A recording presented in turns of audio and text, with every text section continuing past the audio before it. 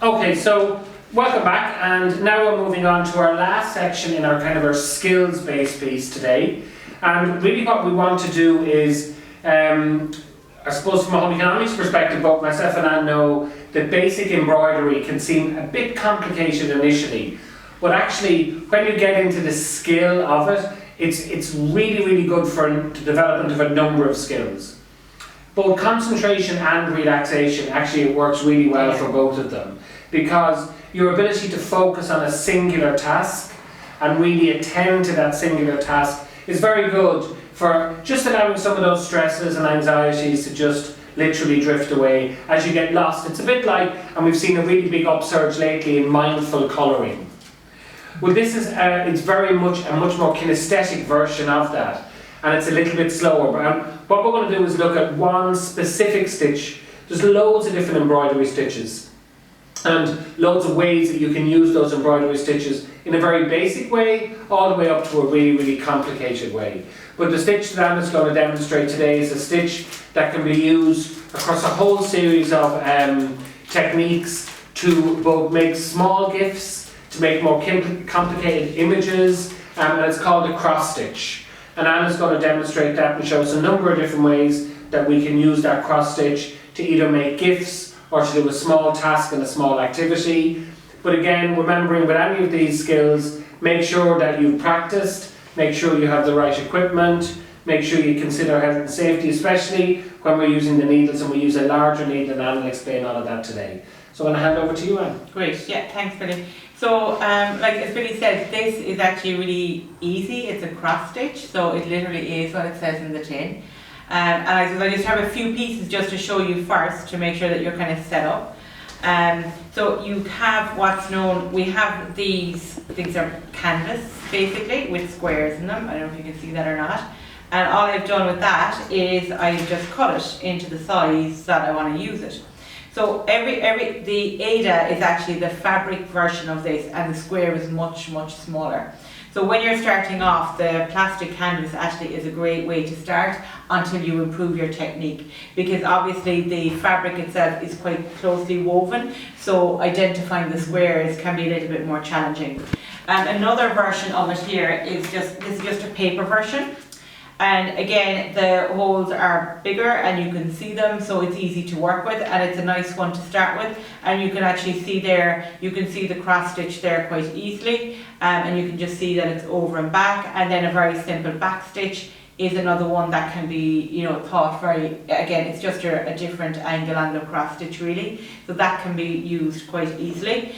And then I was thinking about maybe the age group that you're working with, these little templates, right? So they're little characters, and you have your needles, so they use a plastic needle. Now, for the ones that I'm using, I have the metal needles here, and they're an 18 and 14, right? So the reason that I go for that larger size is that I can actually thread the wool, because while often the cross stitch we would be using embroidery thread, because of the plastic canvas and the size of it, we would use wool, because otherwise we won't actually fill it. The idea is that we will fill it.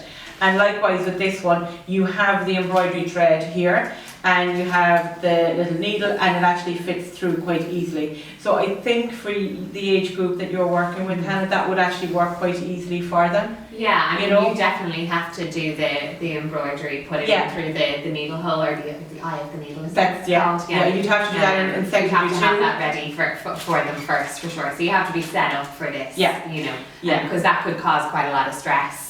If they're struggling to do that themselves, and even as an adult, how much time it can take sometimes, and it just does your way. And it does, and exactly, even for like secondary school, you would actually often have to thread up the needles as well for them. Do you know what I mean? But once they get started and once they get into it, then they actually fly along.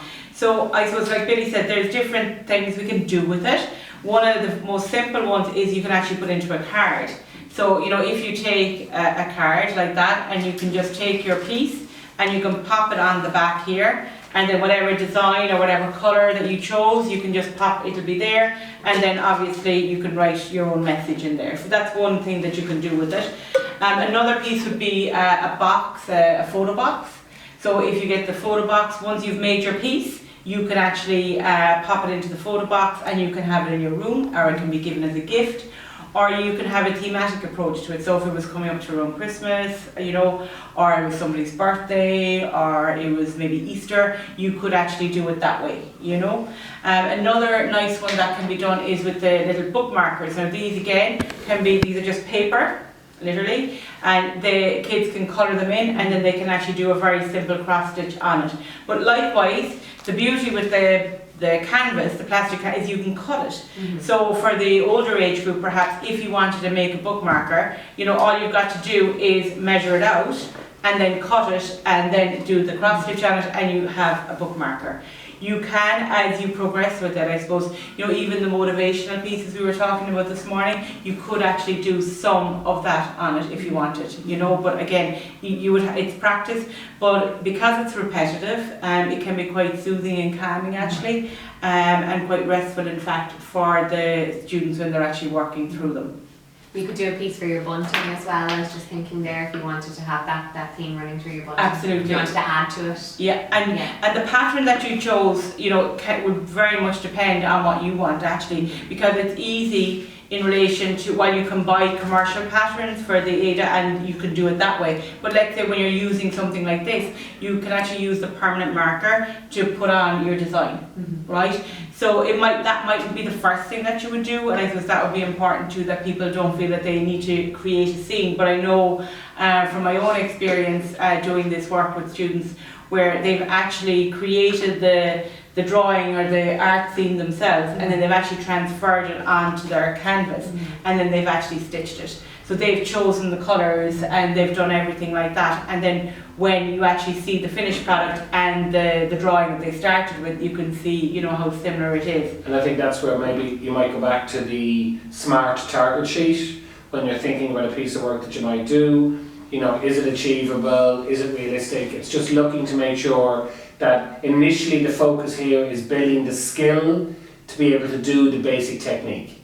Once you have that skill built up, then it's easier to apply it to other situations. Yeah. But to start off with really, and it's the repetitive nature, but also this is very numeric because it's in orders of 4. You're using 4 holes all the time, and it's repeated. Again, for the child with the logical mathematical mind, who really likes that structure and routine, those spatial skills.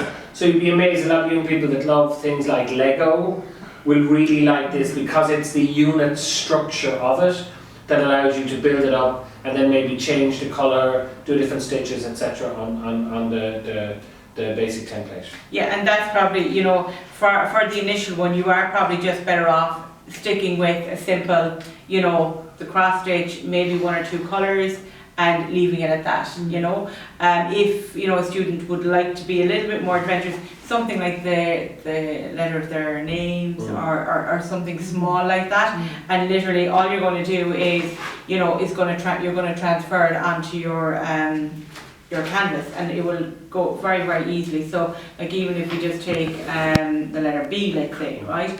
So all you're going to do is you're going to go up and down like this, because this will be covered afterwards. You know, or if it was for somebody's birthday and they wanted to do their initial or something like that. And literally that's all it is, a permanent marker, put onto this, and there you go. So then the student can decide, you know, and there's worksheets to go with this in the workbook. What colour am I going to put the B in? You know, oh, Billy's favourite colour is pink, and therefore I'm going to do it in pink and fill it in, or whatever it might be, right? So that's how simple it is to transfer a design onto it. So in order to have a look at it, I suppose, I thought, because these are so small, that it might be easier if I had a larger look at the squares, as it were, and to see how it actually works, because it is literally just crossing over and back. So I have just this is just more textured wool. I just have that for the purpose of maybe being able to see. So what you're going to do is you're going to come in from the back, and so you're going to be coming in from the back of the canvas as well. Do you want to hold a small one when you're doing Yeah, sure, yeah, perfect, yeah. You know, if you want to have a go, Hannah, or not. Sure, yeah. Yeah, if you want the needle there and the embroidery thread there. But yeah.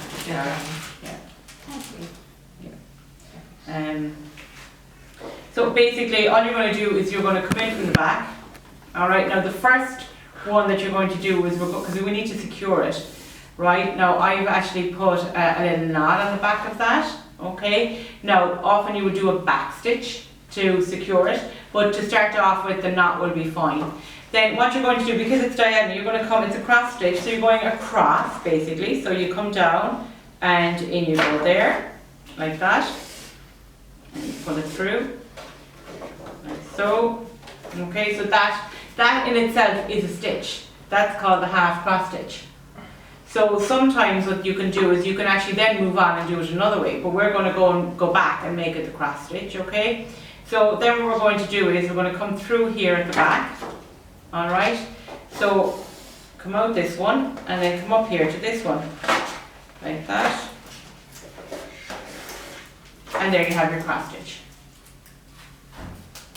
And that literally is what you do, so you're just repeating that again and again. So it would go. So do you always go left to right hand? Well, it would depend on whether you're whether you're left or right handed. Yeah, okay. Yeah, you can work that way. For me it doesn't really matter. I can do it either way, but you know, it depends. Right, so you pull it through again. I'm going to go back up here. Right, through here again. And then back up here. And that literally is what you're looking at, the cross stitch. Right, so what Billy's doing there, because it's smaller squares, obviously this is much smaller, but that's literally all that's happening. And Hannah, you'd be the same there with the paper one, right? And it's just literally back and forth, and you just repeat that until you actually fill all the squares. Now you can have two squares, you know, you can make it bigger, in the sense that you can do more than the 4 square. You could do an 8 square thing there as well if you wanted to. But initially, in order to get the students familiar with the actual motion of that cross stitch, this is actually the easiest way to do it actually, you know. And if we go back to the letter here then, that could be something that you do with the half stitch, which was the first stitch actually that I did, the half cross stitch.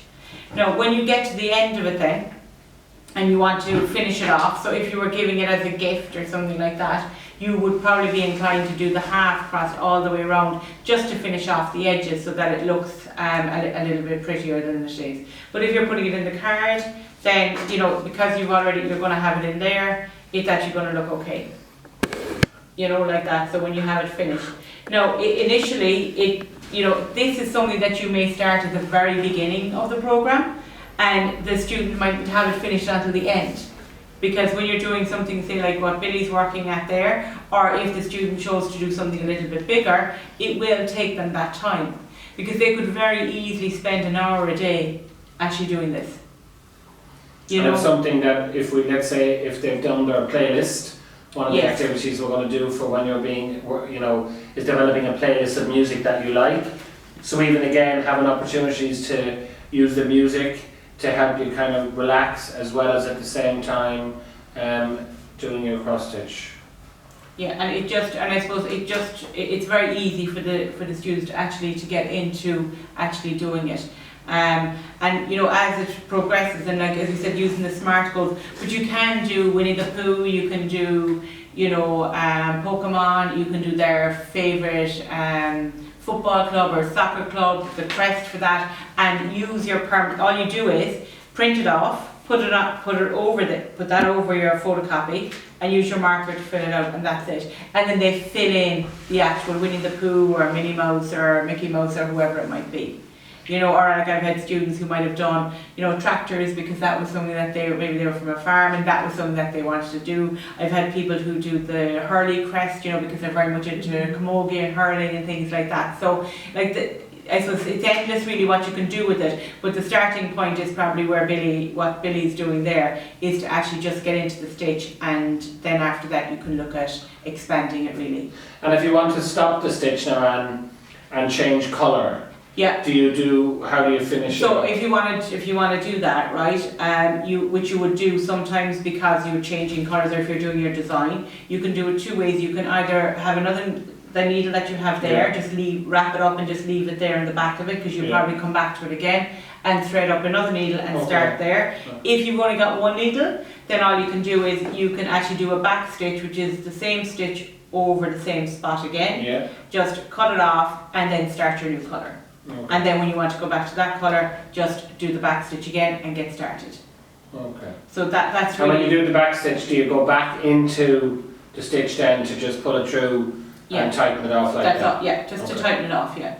And the other side of it is if you leave just the back of it there, so everybody, this bit here, so that you would leave, so let's say Billy wanted to change colour now, so literally all you will do is you can just literally, because you've done the back stitch there, you can just cut that like that, and we can tidy that up afterwards. Okay. Right, and then you could start your new colour there. Okay. Right, so if you were changing for blue then, you could start off and do your blue and start your cross stitch again. And if I wanted to make, let's say, a section of that maybe stand out more, could I use a thicker wool? You could, the only thing is if you do, because of this is a cotton, this is cotton, right? Whereas some of this one here, this is a double knit, and then the other one that I had here is a velour, it's a textured one. So like the three of them would be quite different. Yeah. Now it doesn't mean that you couldn't put them into it, and it would be quite textured. It's just that if you were trying to get an image out of it, it mightn't quite work out the way that you want. You could perhaps use the double knit if you wanted to put emphasis, or let's say with the bee, maybe. You know, if you wanted that bee to stand out from the background, then maybe you could do it with that one. Okay. You know, but generally the double knit is actually the way to go. And like Hannah is using the embroidery thread then, which is the one you would use if you were using the Ada, which is the really, really small fabric that you would use if you were making like, you know, very detailed ones. But it works really well on these templates as well, I have to say. And you know, if you were just starting and you were with a younger child, it's much more accessible for them. It's all the one colour, so they're literally just focusing on the stitch. And I have to say, I've never used a plastic needle before, but it's much easier. Definitely. And you can buy those. You can buy bags of the plastic needles in a craft shop or anything like that. And you can probably get these in different sizes as well. Yeah. And like as I said, you have these ones as well here, which are just a little bookmark. So again, and you like that you can get them like for Easter and for Christmas. So I suppose they kind of can be things that you can laminate as well afterwards. Like once they had it done, you could laminate it and they could use it as a little gift. What I like about them is that you could make them yourself. You could just put those holes in yourself very much. And if you had a group of children or young people, you know, you might have one or two who the stitching just isn't for them, and maybe it is something they might get kind of frustrated with, but that doesn't mean they're excluded from the activity then, because they can still design that without exactly. stitch. And like even at that, like I suppose as you said there, you could even get them to make it. Yeah. You know, so like that if you felt there was a student who wasn't going to grasp the sewing part of it, then they can do the artistic bit of it, you know, and everybody's involved then. And another thing you can do is if you do a Google image search, so when you go into Google you can look at just images.